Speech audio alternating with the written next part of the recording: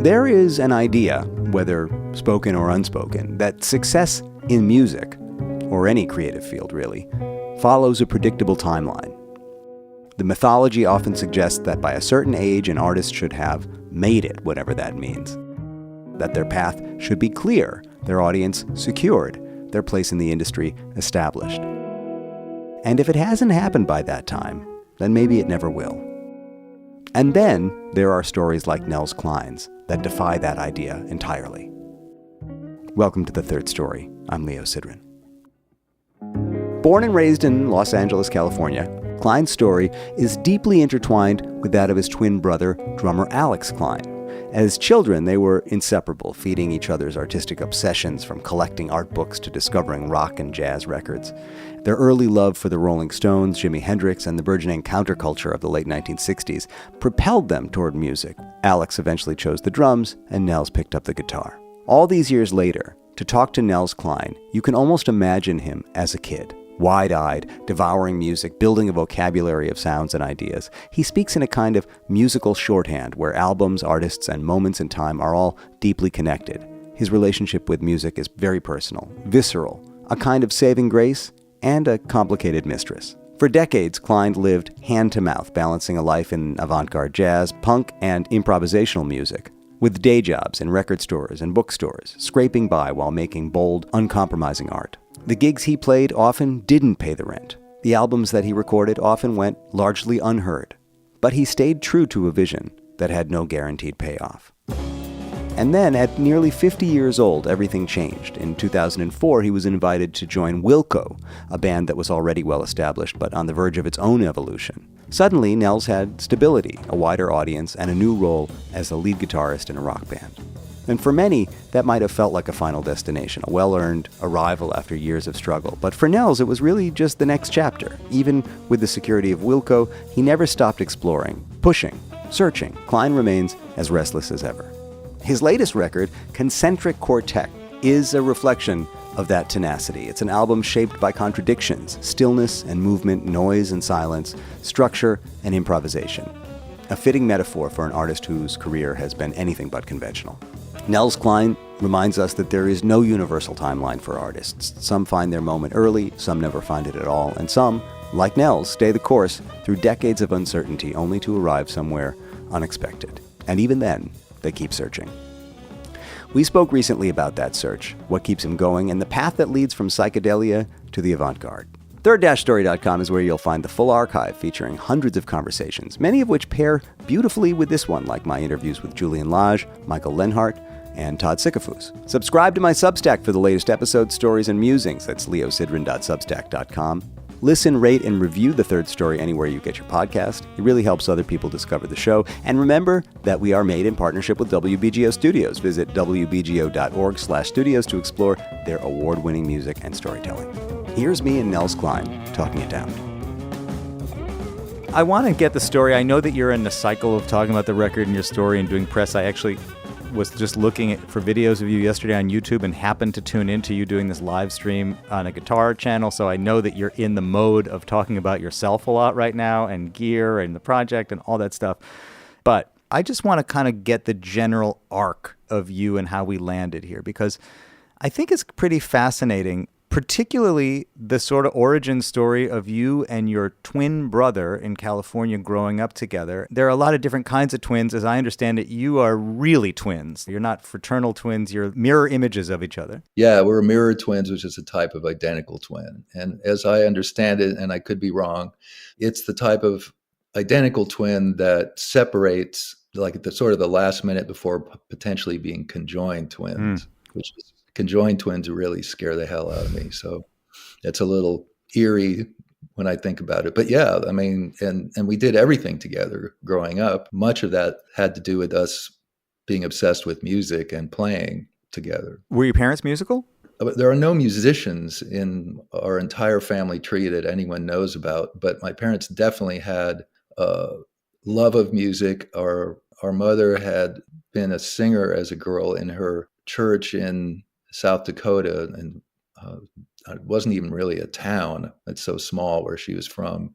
And then she apparently won a contest, but then hated the idea of competition and never sang in front of anyone again, except that my parents both could carry a tune and both had well, they were both school teachers in the Los Angeles City school system, but they had many artistic abilities, which I took for granted when I was growing up. But then when I reflect on it now, it's really quite remarkable that they were both really good at drawing freehand. Mm. They both could write eloquently. They could write poetry. They could create drama pieces or comedy, especially my dad, who loved to be on stage. And I think probably did teach drama at one point. Was your dad also from South Dakota or from the Midwest? No, he's from Los Angeles, where we grew up. Yeah, although he mostly grew up in San Pedro, Los Angeles' harbor, which is about a half-hour drive. Well, now it's probably an hour. Yeah, right. But he was born downtown Los Angeles, as Alex and I were as well. And my parents, if somebody, for example, accidentally in a sentence said a song title, usually from a musical. My parents loved musicals, or what we now call a jazz standard, something that was a pop song in the 40s.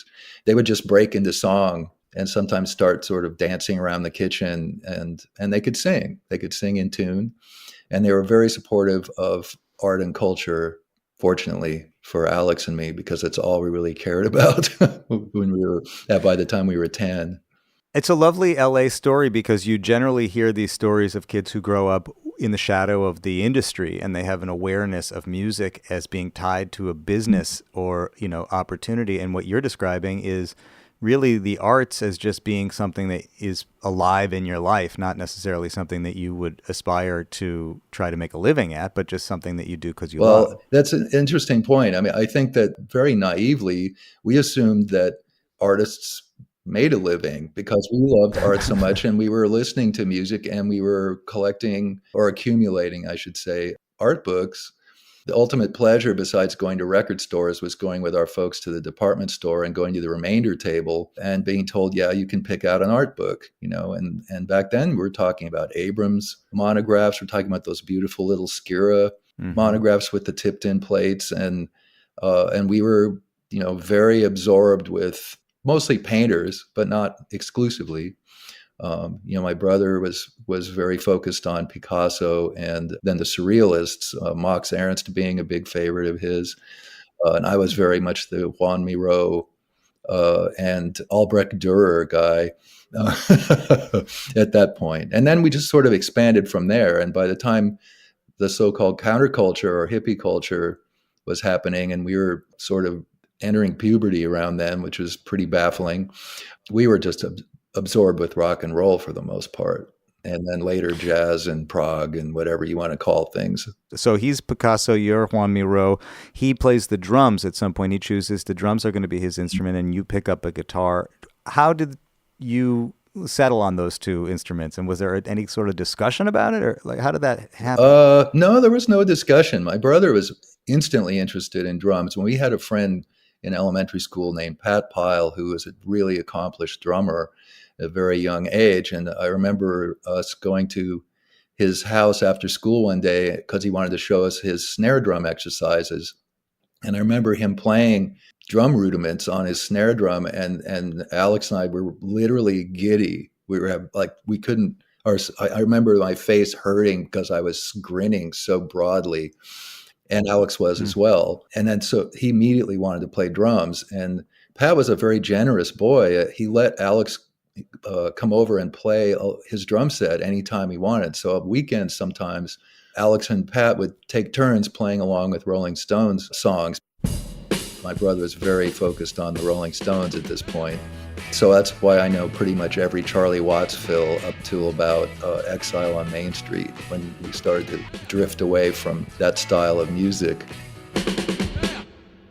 And then Pat's uncle had a bass, like a little cheap Italian bass and a Crown combo amp. And so I would just run my hands up and down the bass and just be completely transported. So the next leap for me was, logically, I guess, was electric guitar. But really the first instrument I thought about learning was the sitar. We both heard Ravi Shankar when our teacher in the 5th grade, but we were studying India, played an entire side of a Ravi Shankar live record on World Pacific with Alaraca on tabla. And I was I was just completely transported. I was blown away. I became obsessed with the sitar. And at that time, this is about 1966, Ravi Shankar actually had a school, an Indian music school in Los Angeles. So I was really thinking that maybe I should try to get into this school, until I read his first autobiographical book, My Music, My Life, which was slender compared to the tome that came out later. And he describes his practice regimen, how he learned sitar. And it's so rigorous. I just said, there's no way. There's really no way I'm going to do this. So I think I'll just try to be a cool kid and play electric guitar. And I was really into the Byrds. So that was kind of maybe, along with surf music, like Dick Dale style surf music, was probably my impetus or my inspiration guitar-wise at first.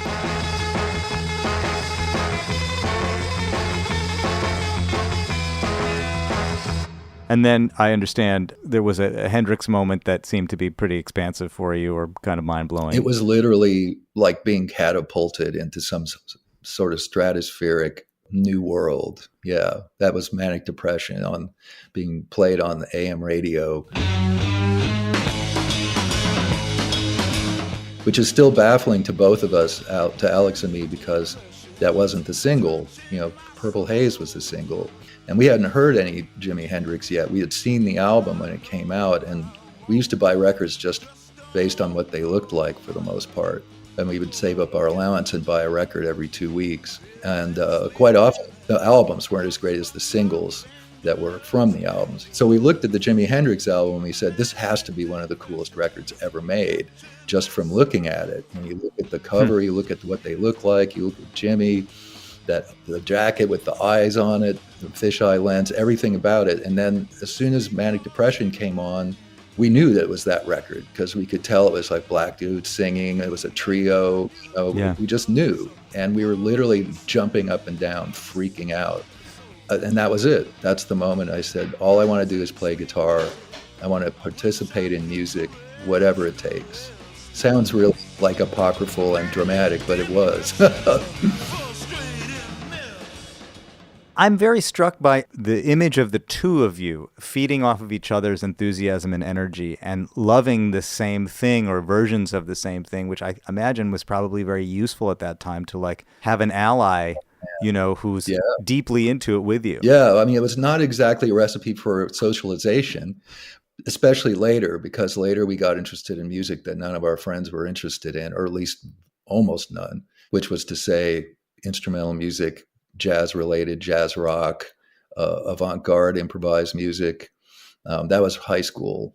But in terms of rock bands, for example, we listened to everything together, or records, you could just say. We listened to everything together, but we each had our sovereign selections. Was there one record player in the house? Yeah.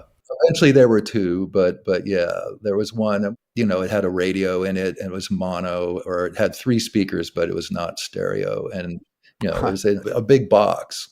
We would really basically like all the same stuff, but then every once in a while we'd get into a little disagreement about something, but it never meant that we were fighting over anything or about anything. I heard so much Frank Zappa and the Mothers of Invention, and that was another obsession of my brother's. I mean, he was really deeply into Frank Zappa.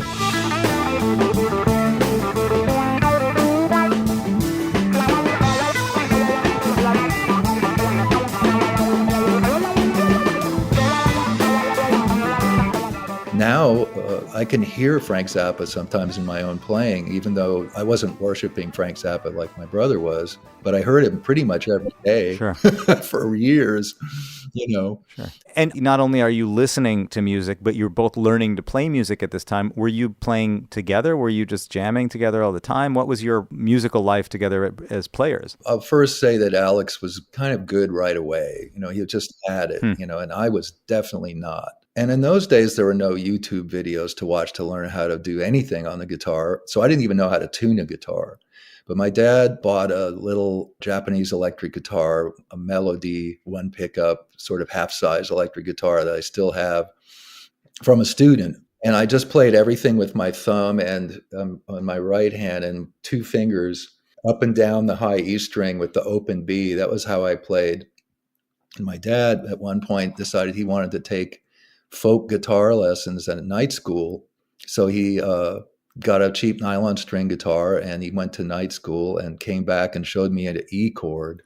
And that was the biggest revelation of my early life right there. A few years later, it was when a guy showed me a diatonic scaling chords. And then I realized, oh, this is how music works and how music's put together. But I was a complete primitive and had no idea how to play like a normal guitar player, and played really with two fingers well into high school. And then I taught myself how to play with all my fingers. I looked at how Steve Howe from Yes and Julian Bream, the great classical guitarist, Ralph Towner, how they played with all their fingers, and tried to imitate that. We had a band that didn't play anywhere except at our elementary school graduation. And we played 3 original songs and I never learned how to play other like Beatles riffs. Like, really the cool kids could play, Day Tripper or Paperback Rider riff or something like that. And I never learned any of that stuff, So when I got the E chord under my fingers, then we had a song, and Alex and I would get together and I would just turn on a fuzz box and play E, and he'd play it 4/4 beat. And that would be our new song. It sounds kind of like the first Wire album, Pink Flag. There's a track on there that sounds so much like we did in a weird way.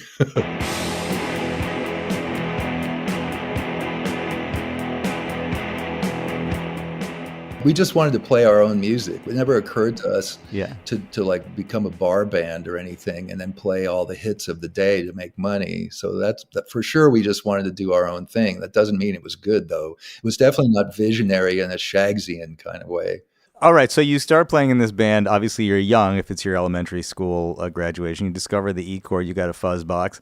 And then did you eventually learn to play other people's music, or what was your ambition? What were you aspiring to do as you got a little older? In junior high school, we met this boy named Bill Watts, who's a fantastic guitar player. And he really did, in I think Alex would agree, the way we remember his sound, he played very much like Eric Clapton in Cream.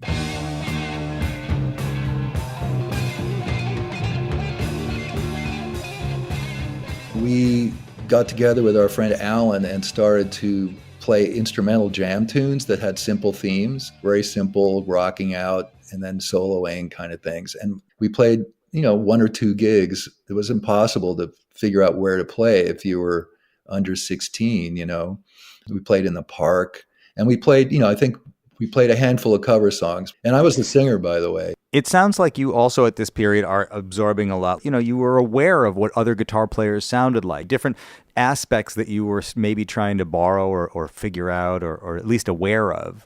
My, I guess, general aesthetic, without knowing anything at the time, was to listen to people who added what is basically the 9th and 6th scale degrees a lot, because it sounded jazzy to me. Yeah. And I liked that sound. And in the rock and roll world, the people who were doing that to great effect were like my main guy, Duane Allman, at that time.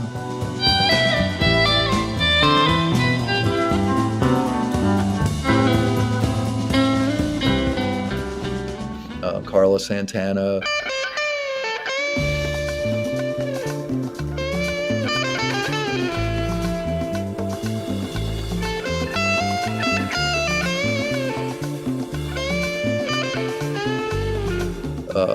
Peter Frampton with Humble Pie.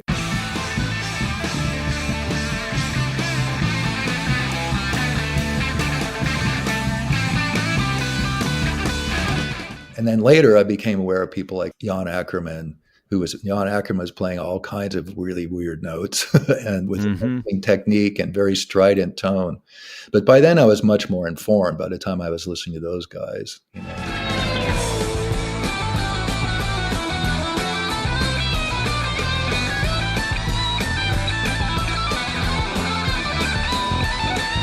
So what did you do after high school? You went to this high school called University High School. Is that what it was called? Yep. And then after that was over, you stayed in LA for a while. Oh, I stayed in Los Angeles for 50 years. I was told it was too late to do music studies as my major. That I was starting too late, because it was in high school that I realized, having listened to, let's say, George Benson,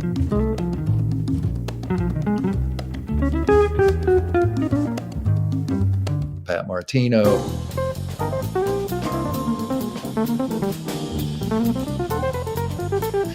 Wes Montgomery.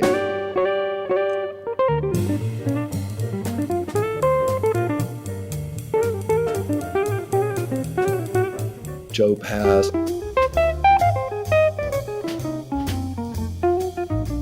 Then Jim Hall.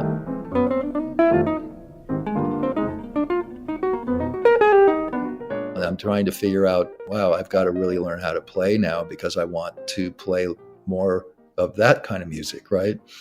Well, I never had any guitar lessons that helped. Actually, I became kind of psychologically tormented by my alleged guitar teacher in high school.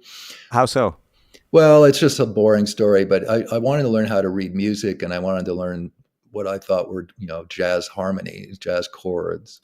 And he had no business trying to teach either one of these, and it was really kind of like a big psychological dude torment competition sort of thing. And he was a terrible teacher. So I thought I was never going to understand music. Anyway, not to go too far with that, I was going to go to college. We had good grades and everything. Alex was going to study visual art because he was a gifted painter and could draw beautifully. And I was going to be a philosophy major. So I went to Occidental College, which is a very, very nice, small, private college. Yeah, I think Obama spent some time there, actually. He did indeed. Maybe about 4 or 5 years after I was there. But I wanted to stay in Los Angeles. I didn't know about any place where I could study and play electric guitar, except for Berkeley in Boston. That was the only place I'd heard of it. I realize now that probably North Texas State had a program and University of Miami, but I didn't know that. And I didn't want to go to any of those places. I wanted to stay in Los Angeles because Alex and I had a band. At this point, our high school band stopped playing. We had an instrumental band. So I wanted to stay with this band, and work on this music. And I quit Occidental College after a year, realizing that my parents were paying a lot of money. It was really expensive, and I'm sure it still is. And that I wasn't going to be a philosopher. I wasn't going to be a philosophy teacher. I wanted to play. So I went at the last minute, I enrolled at Santa Monica College, which is where people in my area went when they couldn't get into a fancy college. But I just wanted to start over. And I ended up with a theory teacher named Rule Beasley, who changed my life, honestly. And he's the father of John Beasley, who's a very well-known jazz pianist and arranger in Los Angeles, who was quite the amazing piano player in high school. But anyway, it's important to know that I never finished college. As you say, you spent the majority of your life in LA, and a lot of it playing what people refer to often as avant-garde music. I think you probably became a name that was more familiar with more people when eventually, which now is 20 years ago, you joined Wilco, which was already an established band. And it's interesting to me both that they thought it was something that they would want to bring into their world, and that you thought it was a world that you would want to get involved in, like two different trajectories that came together in a moment. Yeah. What was happening with you at that time before you joined Wilco? Where were you at in your life before that happened? I was struggling to survive playing creative music in California primarily. And I was playing in my band, the Nels Cline Singers.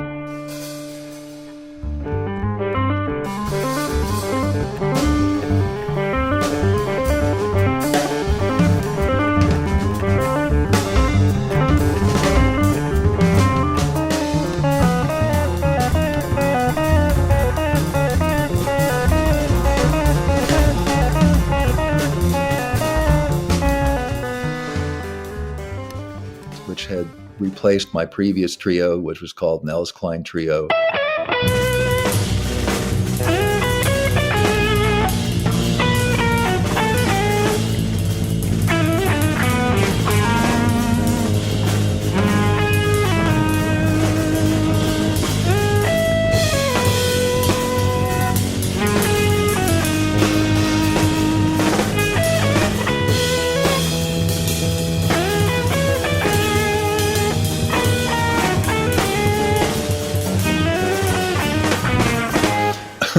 And Nels Cline Trio anchored a concert series for a few years that I did on Monday nights at a place in Santa Monica called the Alligator Lounge, and that hosted improvisers from all over the world, ultimately, but initially was designed to showcase all the creative improvisers that we could find, and I would book them.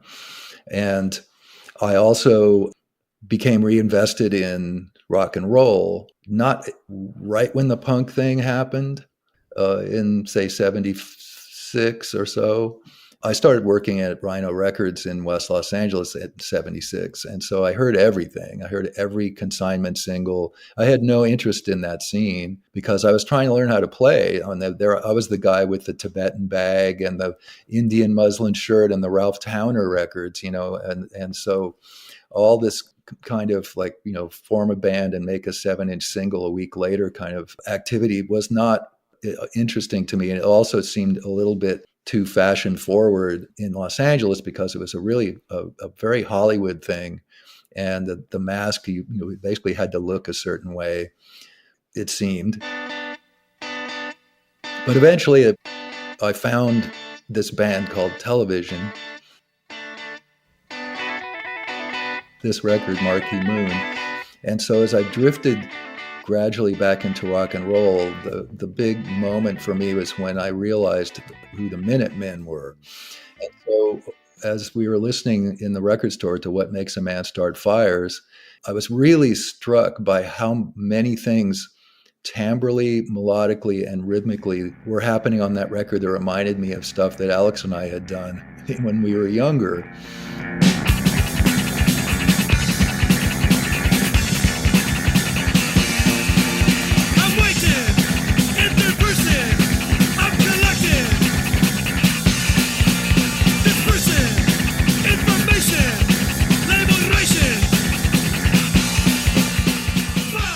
Minutemen, for me, when I saw them, was when I realized that the so-called scene and I were now going to have something to do with each other.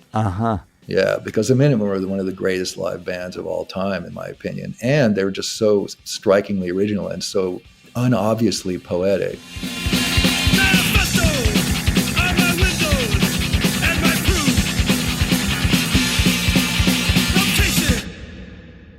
So through most of your professional life in LA, when you were not on the road, you would work in a record store or a bookstore. Yeah, or a record distributor. So that was about 18 years of day job. And then I'd play at night or rehearse, and when I think about how many different things I was doing in the 80s, it's kind of startling to me. But I didn't start my own band until 89. That was my trio. I was in a group called Quartet Music. That was an acoustic sort of chamber jazz. We improvised. We played our own compositions. Violin, Jeff Gautier, bass, and piano and chromatic harmonica. My late friend, who was kind of my musical partner for about 17 years, named Eric Von Essen. And my brother had a special percussion setup for that band. So Quartet Music made 4 records, but I was still working in the jobs,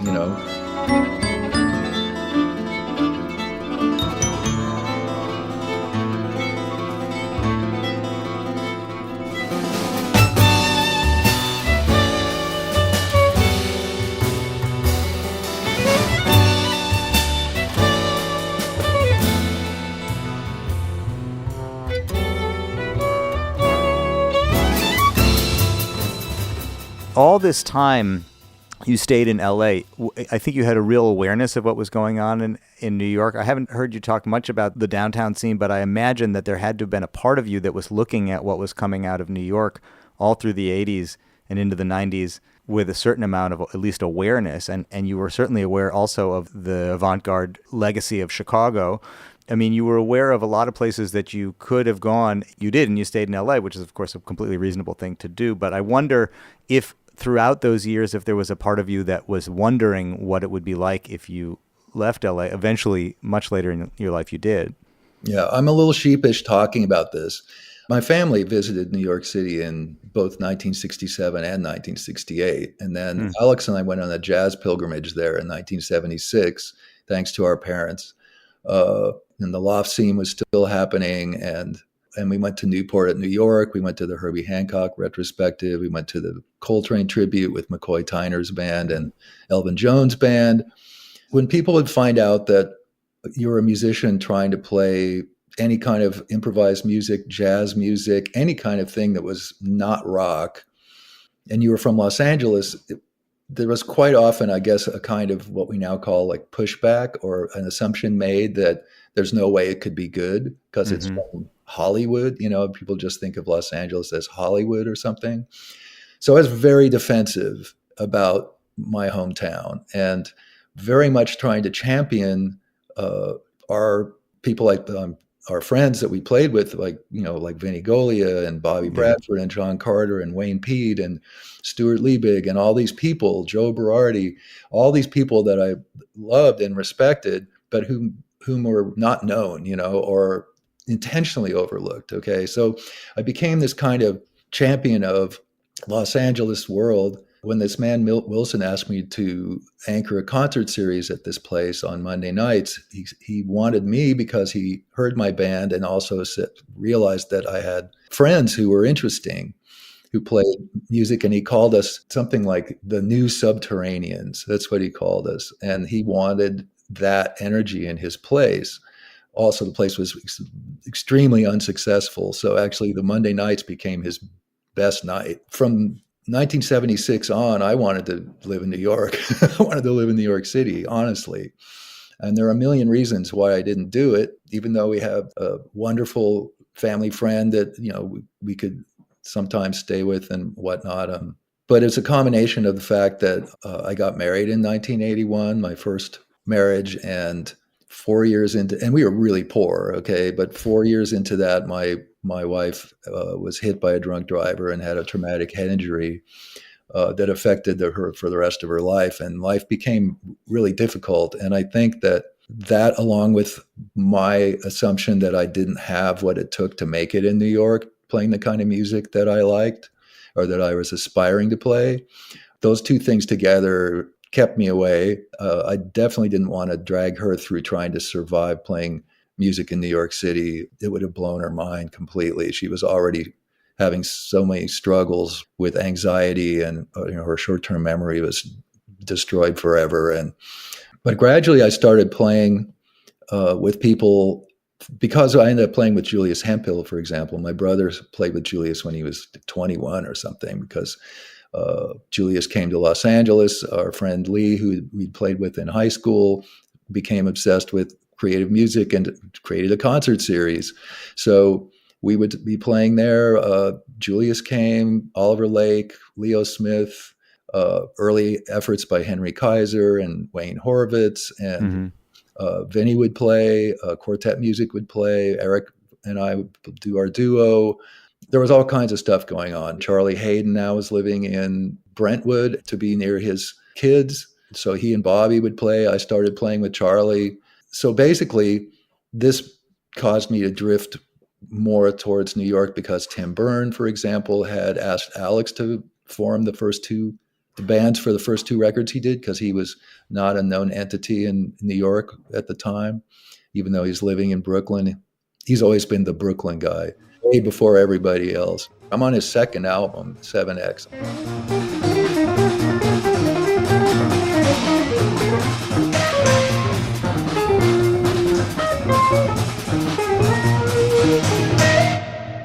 I want to talk a little bit about the work with Wilco. Many people know you the most from that, and maybe come to follow you and your own music because they're such Wilco fans. It's a band that inspires enormous fanaticism and loyalty. It's been around for 30 years, the band. On top of all of these other collaborative projects that you're a part of, and all of the sort of the exploration that you're doing, you are also you belong to a team of people that are out here doing a thing, that come out every year and log a lot of miles and play a lot of gigs. And how does that fit into your general, the shape of your life being in Wilco?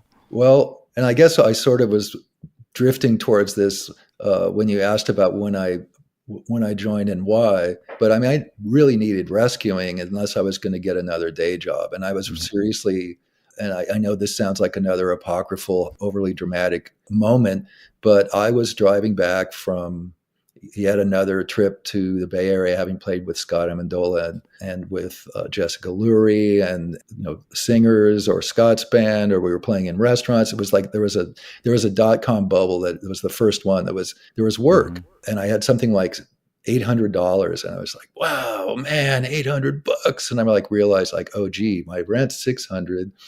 And I was having trouble at that time making $600 a month rent. Mm-hmm. And so I thought, well, I think I'm about to be 50 years old, and I think I really should think about a more surefire way to pay my bills. And my partner at the time, who always wanted me to do my own music and thrive, said, yeah, you're driving yourself insane with stress. Maybe you really should think about getting some kind of like regular work, so at least you know how much you're making every month. And I'm terrible with finances, and I have no hustle whatsoever. At one point, she wanted me to make a list of producers that I should try to contact for work. I said, oh man, it doesn't work like that, But anyway, I needed rescuing. So I was going to get a job. I thought like, well, I've only had cool jobs and never even had a cash register. We just had a cash drawer and handwritten receipts, and I have no skills, but maybe I could work at a Starbucks, so they'd probably train me and I could figure that out, and that's what I was thinking when Carla Boslich called me and said, you'll never believe who just called me, Jeff Tweedy. And quite honestly, I had been asked to do a couple of tours around this time with people that I didn't know. They wanted me to just go on tour, and both times or three times, I never really talked with the artist. And it was about 30 days before the tour was supposed to launch, and I wasn't interested, and I probably should have done them.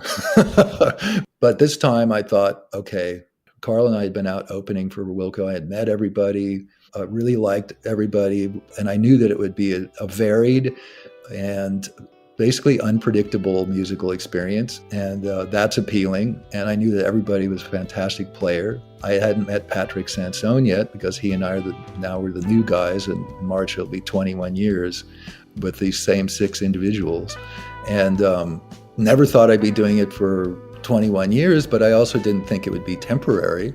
I just go one foot in front of the other.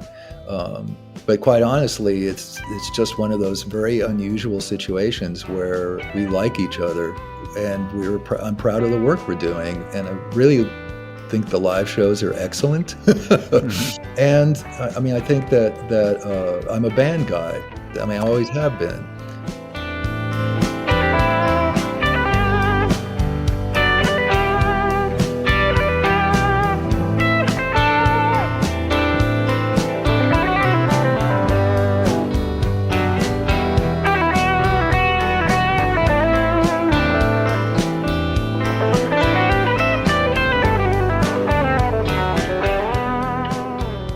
So yeah, I'm a band guy. Even going back to describing the early days with Alex, and then the bands that you had in high school and into Occidental, I mean, that's what you said. Well, I had a band, then we started a band, then we had a band. I mean, that was the impulse, always start a band, be in a band. Yeah, the modular aspects of jazz, I think, are less appealing to me, but pretty much the way it's been going for the last many decades. But in earlier times, there were steady bands.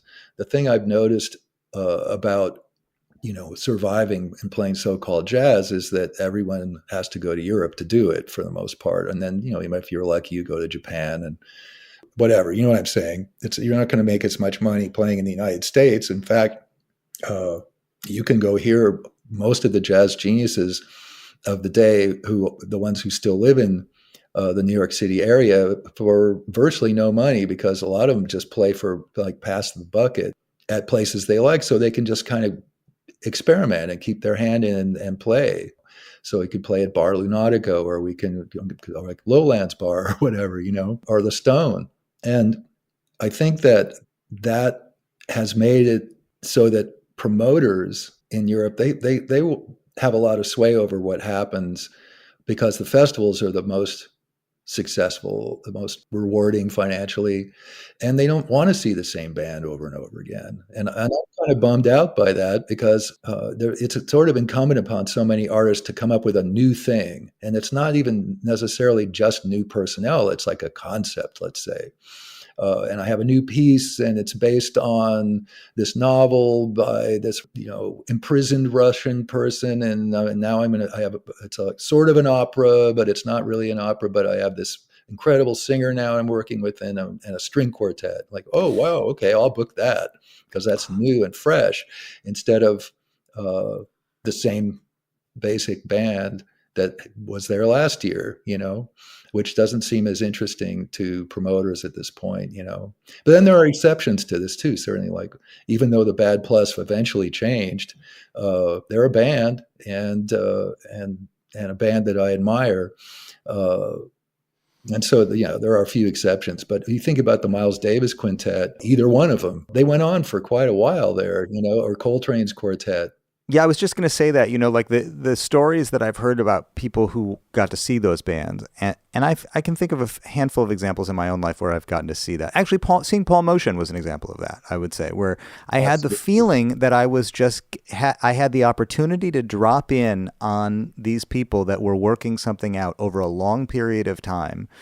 And I was going to leave, and they were going to keep working it out. And the next set was going to start, and more people were going to come in, and they were going to continue to develop an idea that had taken a long time to develop and would continue. So that's very well put. You were maybe 5 years into your association with Wilco when you moved to New York. You moved here in like 2009. Yes, that's when I met my wife, Yuka. And that was the impetus. That was the thing that brought you Well, there. no, so I'm finally going to move to New York. Yeah. And then, interestingly, a very well-known music journalist wanted to do a kind of a feature on my finally moving to New York. And when I told him, I said, well, I got to admit that I moved for love, not for the music scene, really. And that was the end of that story. I wasn't going to write about that. But, I'd already been playing here quite a bit. I have to say, you're one of the few musicians of your generation, or maybe any generation, that I can think of who, when talking about the origin story of what drew you to play, it wasn't to get girls. Nope. No, we blew that one right really early on. By the time we were 16 and our friends were all still following the Grateful Dead around or whatever, we had kind of shifted gears into permanently unpopular. Yeah. Kind of nerd status in a way, I guess. When you moved here, eventually, I mean, you had been spending enough time here that you had a community of people. You talked about Tim Byrne, a lot of people that you worked with. You had recently met Yuka, and you started working together also. It doesn't seem like you have fully immersed yourself in one another's careers, but you do have a creative project together. Spinning creatures so furry, psychedelic sunlight, spinning creature no hurry, sucking blanket holds the key, spinning creature so furry, psychedelic sunlight, spinning creature. What is it like living with your creative partner, or your sometimes creative partner? What is that dynamic like? It's really cool. Our trajectory and our methodologies are very different. And, in Yuka's case, she's particularly now the last few years, she's very focused on her solo eucademics, is what she calls it, her eucademics work. And it's electronic art, that's what she's doing. And she's also creating visual content where, when possible, it accompanies her performances. I was a very big fan of Cibo Matto, so it was kind of stunning to me that we would end up meeting, but this is also all Mike Watt's fault. He initiated a project called Floored by Four with Dougie Bound on drums, who's Yuka's ex-husband and also one of our best friends and favorite people on the planet, and Yuka and me and Watt. And we made this record that summer of 2009 in insane heat wave, played opening for M. Ward Summer Stage. And that's how Watt decided to initiate this. Matt Ward's a big fan of Watt and of yours truly. He's a really big Firehose fan. So he said, if you and Nels could do anything opening for me, I'd be happy. So that's when Watt decided it was his opportunity to try this quote unquote New York band that he had mentioned to Dougie and Yuka at a Stooges gig.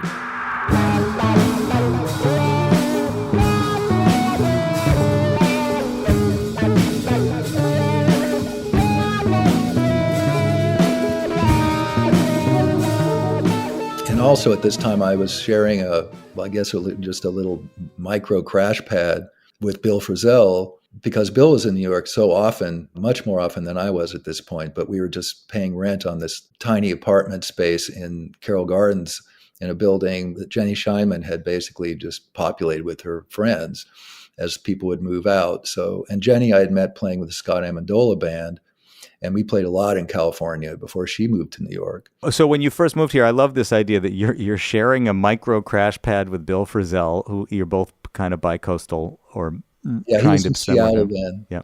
Now he's, of course, in Ditmas or... Yeah, I met Bill in 1983 when I went to New York to audition to play in Paul Motion's band as the additional guitarist. Right after that, Paul shrunk down to the classic trio with Joe Lovano and Bill. And what was I going to do? Was I going to move to New York City? Maybe, I guess I was thinking about it, but this was before my first wife's injury. Her injury was in 1985.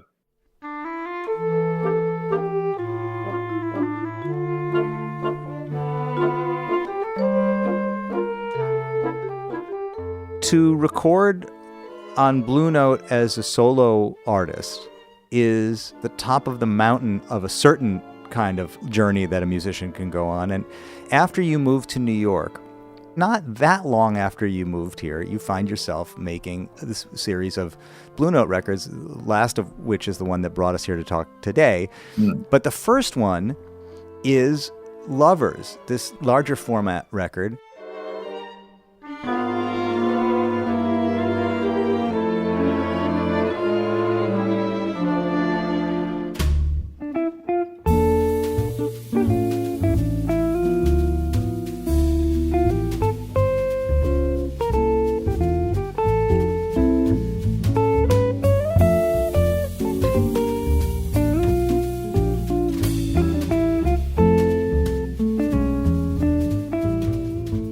Lovers, besides being something that was in my mind for probably about 25 years, starting in the 80s, was made possible by my friend David Breskin.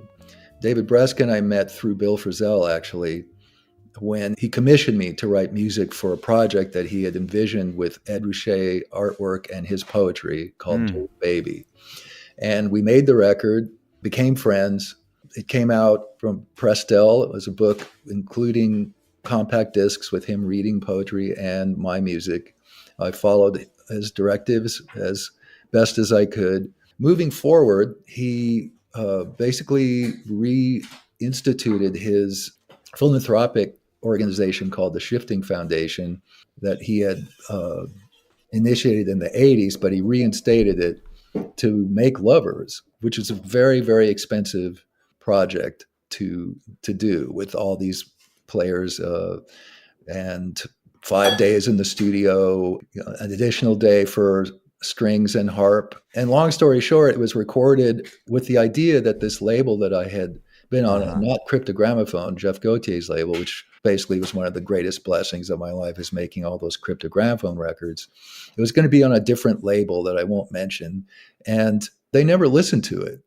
So I was at that time being managed, kind of freshly managed by Tony Margarita Management, who also managed Wilco. And there was a man named Ben Levin, who was my day-to-day guy, young, very young at the time. And they suggested I self-release it. And then they would figure out a budget and I'd eventually make my money back. And they were convinced that this would fly. And so David and I got together. I had this artwork that I wanted for the cover all ready to go with my friend Angela DiCristoforo's drawing. And we got together with, graphic designers and got it all buttoned up, ready to go. And lo, at some gig, I don't know what it was, Ben Levin was, after whatever this gig was, standing right next to Don Was, and just thought to say to him that, hey, I've got this guy I manage who does this and Scooby-Doo. And Don said, I want to hear that. Was Don aware of you? Don aware of Wilco? Don aware of your other work? That's a very good question. All I can say is that he's like really in my corner and one of the coolest dudes you'd ever want to meet. Really, really great. So that record was already finished before the Blue Note event. and a double album to boot. Really just a bizarre happenstance thing. And so they licensed it, and they licensed my records. And so every record, I basically get it to Don and Rachel and whomever and say, how about this one? And so far they say, great, let's just put it out. It's crazy. What a wonderful dynamic. I mean, it gives you a little more responsibility in terms of getting these things made, but on the other hand, you can make whatever you want. It's a pretty fantastic situation. I produce them, and then if for some reason at some point they say like, no, I'll just have to do something else. I'll straight to Bandcamp. I don't know. Well, it seems that they're pretty open. Let's just arrive at the Consentrik Quartet record. It's quite a journey that you've been on in these 4 records in terms of the formats and the personnel and the sort of size and scale and even just kind of emotional space that you're in these records. Well, it's nice to hear that you mentioned emotional things, because there's a lot of my music is emotion based. I'm not going for novelty necessarily, or innovation. Well, let's talk about that. So as I understand it, and part of the reason I was aware of this question about New York and what it might represent to you is because it's alluded to at least in the press release or the liner notes of the record, this idea that New York loomed large for you, and that part of making this record is kind of in conversation with what New York represented to you. And some of the music emerged out of some experiences you had in Brooklyn before the pandemic, but then a lot of it emerged out of the isolation and space that you found yourself, as we all found ourselves with when we were sent to our rooms in 2020 for COVID.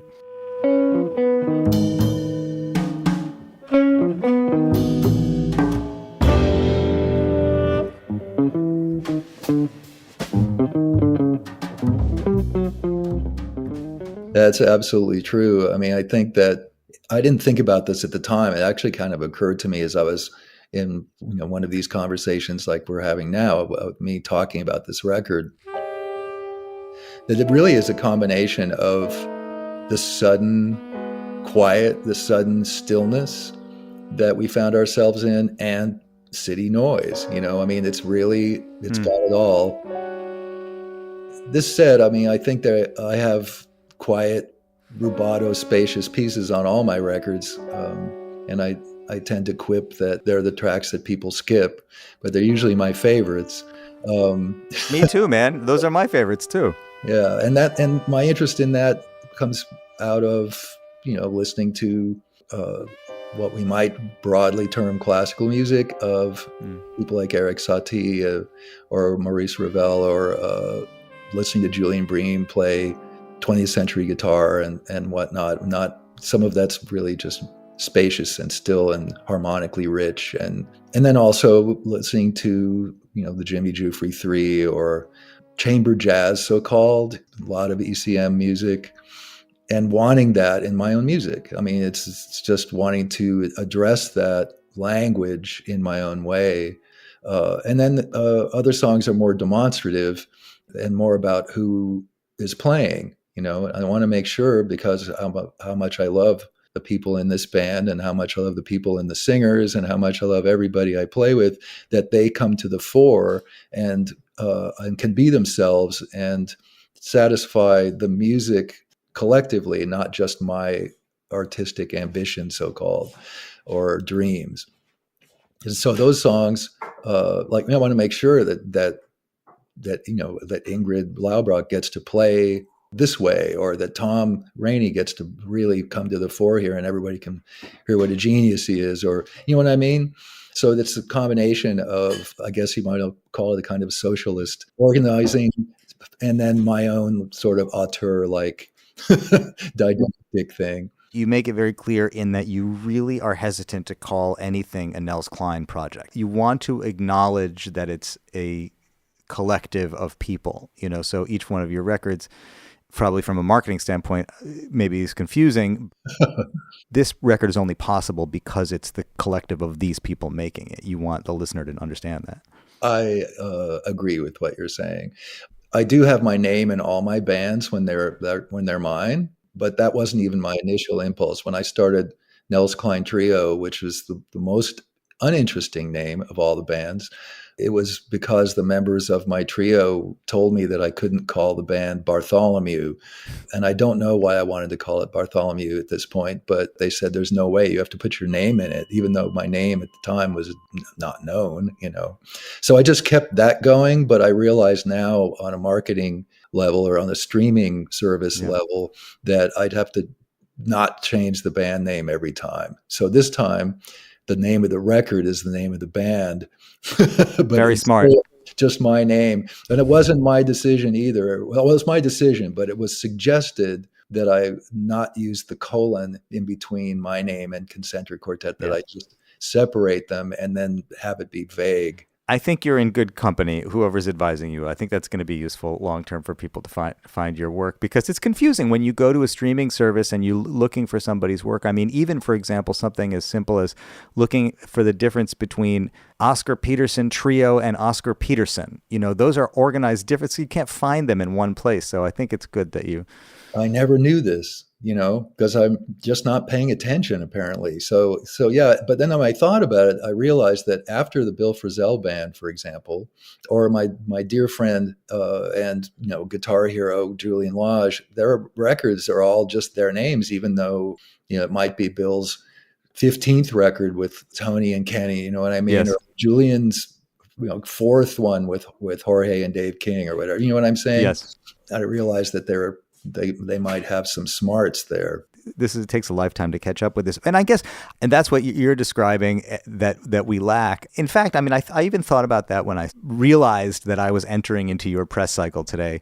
And I thought, God, you know, we all do this. You make a thing because it's who you are and it's what you do. And it's not necessarily intellectual. I mean, it's like, it's time to make a record. You're going to make a record. And then here you find yourself having to talk about it and figure out, what did I just do? And what do I mean by it? And, you know, I was thinking about that, just not only for you, but just the whole ecosystem of what this is very oftentimes very separate. One is I make a thing, as you said, you're emotionally driven. And then the other is the business of, now I have to explain what it was and why I did it and what I mean by it and why you should pay attention to it.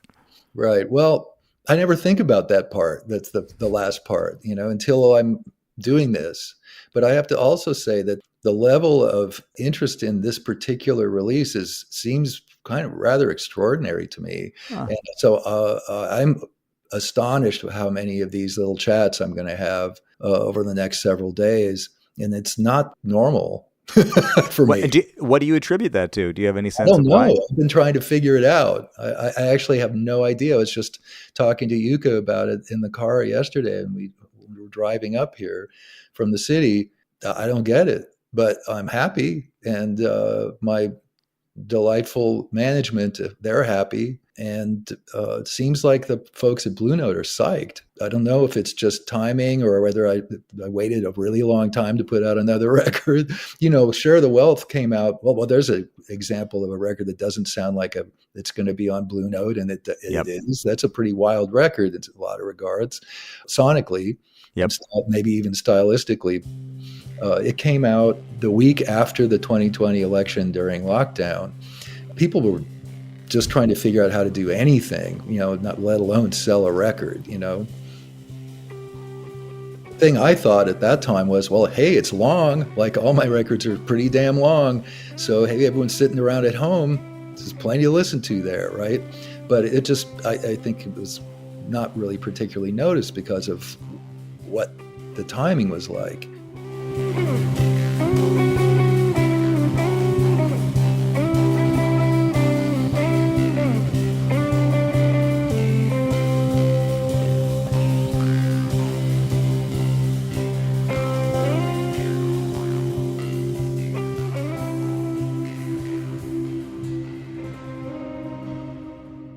And then I didn't feel motivated to do another record right away of any sort. So it's been a while. It's, you know, I'm Julian and Bill probably both have 4 records out since Share the Wealth. You know, I mean, they're very prolific, maybe more than 4, you know. And this one took a while I was really taking my time, honestly, with this band. And we've hardly been able to play live, so I didn't want to rush it. you mentioned Julian and Bill. They're contemporaries of yours in a way. Julian is interesting because he's so young and yet he's so influential, even to older musicians. They're all kind of in awe of him and dealing with him. But you're also collaborating with him. You made a duo record with him. He was in your quartet. I mean, you've had a very collaborative relationship with him. Are you watching other guitar players like Julian and Bill and sort of just taking stock of how they're operating relative to how you're operating? You're aware that they might be putting out more records than you? Well, not really. Certainly, I mean, Bill's been on my radar since he first started playing with Paul, Yeah. And obviously I met him pretty early on. And then, when he formed the Bill Frisell band, and when you'd play in Los Angeles, we'd lend them gear, so, and here every time they played, and that band was really influential on my brain, on my aesthetics. And we're friends, at this point. And Julian and I met indirectly, I guess, in a way, through Jim Hall, because I started going to these. Brian Camilio from Artist Share started inviting me to these, what he called the crony lunches, which were literally a half a block down the street from where I was living in the West Village. And he had become aware of me in terms of relationship to Jim after I wrote a piece, I think it was for Jazz Times or Jazz's, I'm sorry, I can't remember now, called 10 Tracks by Whatever Artist You Pick. And I picked Jim Hall. And Jim apparently really liked what I wrote, and so did Brian. So he invited me to these things. And then I kept hearing Julian this, Julian that. And I was like, who the hell are they talking about, this Julian? I didn't know who he was at all. So no, I wasn't paying attention to a super amazing young guitarist named Julian Lage at that time. I went back and did a YouTube search. And then I picked my jaw off the floor, and then eventually met this young man at one of these lunches. And really, it's like ridiculous, but the rest is history, because I was really fried on touring and on myself, and I was in kind of a slump, I guess you'd say, and I was very fatigued and thinking of doing a drumless chamber jazz type project.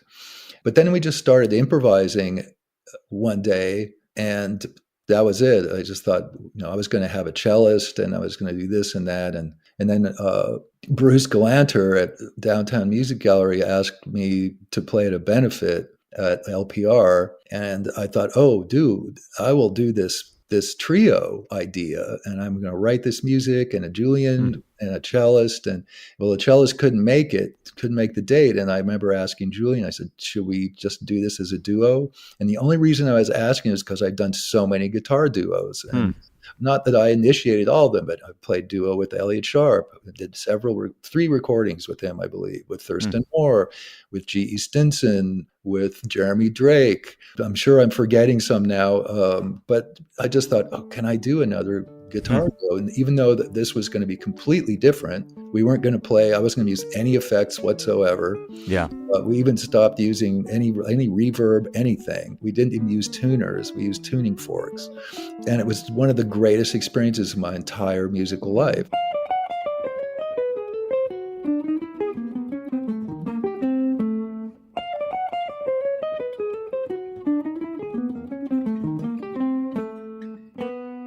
It's almost some of the best playing I think I've ever done, because there's something about playing with Julian that makes me very relaxed.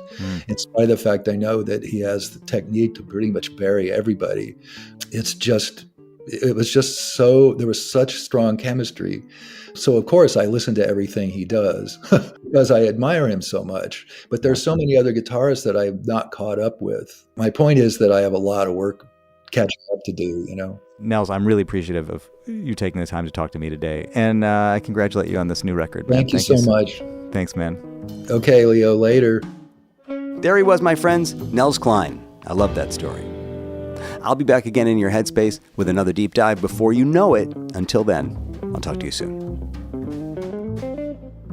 This has been a WBGO Studios production. To learn more about WBGO Studios' award-winning podcasts, special concerts, live streams, and more, visit wbgo.org/studios.